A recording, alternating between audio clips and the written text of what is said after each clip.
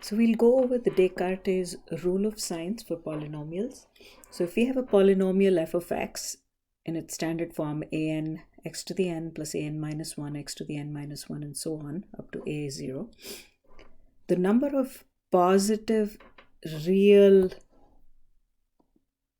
and real numbers, zeros, that is x-intercepts of f, is either the same as the number of sign changes of the polynomial function, or it'll be less than the number of sign changes by a positive even integer.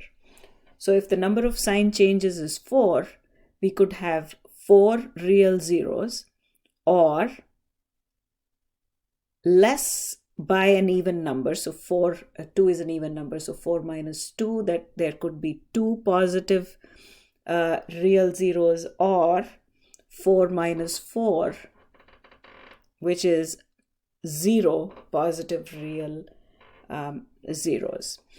Now we have a similar rule for negative real zeros.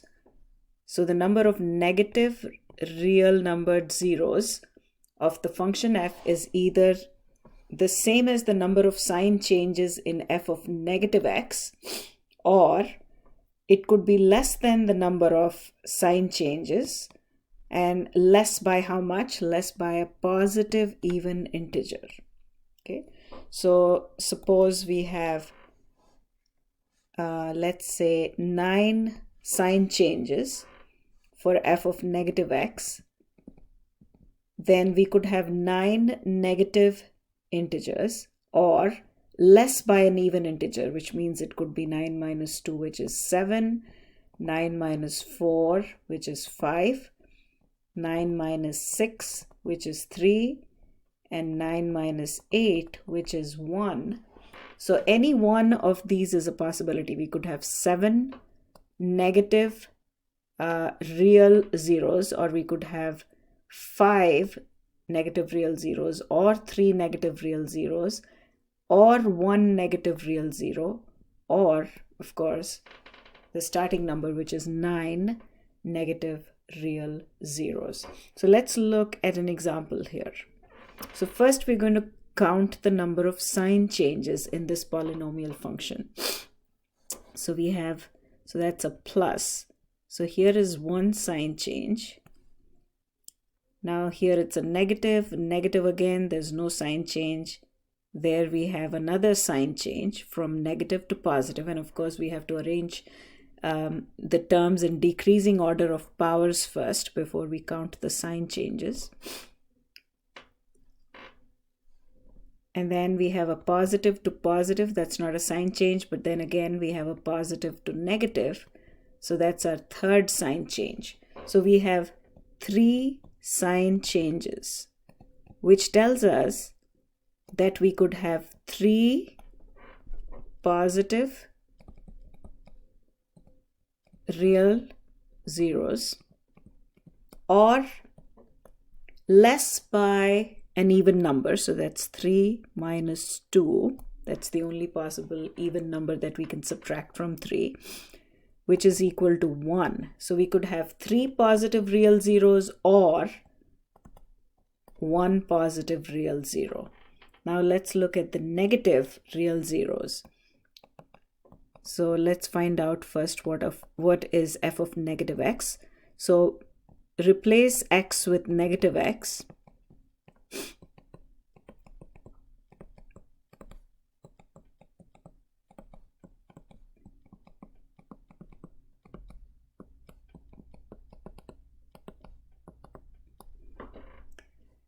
Simplify the expression. So we have negative x to the 7 is negative of x to the 7, because negative 1 to the 7th power is negative.